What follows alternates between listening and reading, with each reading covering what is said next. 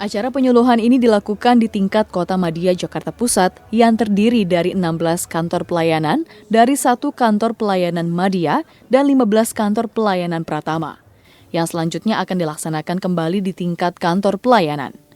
Undangan yang hadir dalam penyuluhan sebanyak 1.500 peserta yang terdiri dari beragam perwakilan dari individual maupun korporasi untuk mendapatkan informasi lengkap mengenai teks amnesti. Acara dibuka oleh Wahyu Tumakaka selaku Kepala Kantor Wilayah Direktorat Jenderal Pajak.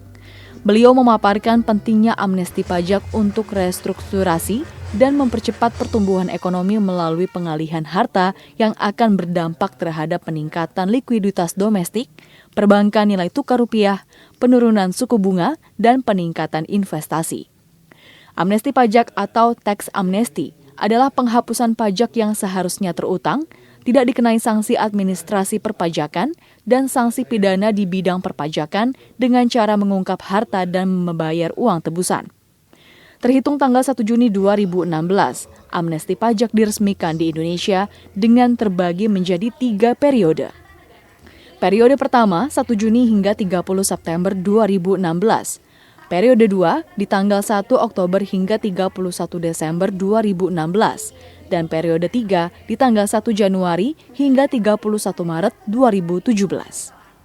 Pembicara pertama, Suyono, selaku Kepala Seksi Waskon menjelaskan mengenai alur permohonan amnesti pajak, yaitu yang pertama menghubungi helpdesk untuk mendapatkan informasi terkait amnesti pajak, membayar tebusan melalui e-billing, menyampaikan surat pernyataan harta beserta lampirannya, dan setelah 10 hari kerja akan terbit surat keterangan amnesti pajak. Di mana setiap periode itu ada perbedaan tarif.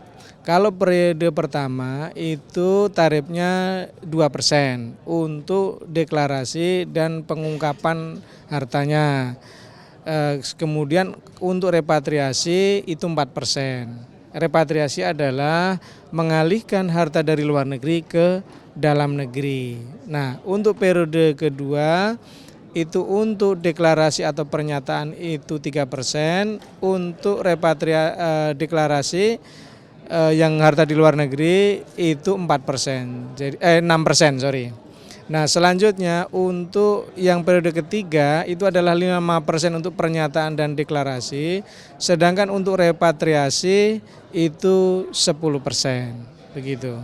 Pengampunan pajak adalah penghapusan pajak yang seharusnya terutang, tidak dikenai sanksi administrasi perpajakan dan sanksi pidana di bidang perpajakan, dengan cara mengungkap harta dan membayar utang tebusan sebagaimana diatur dalam undang-undang.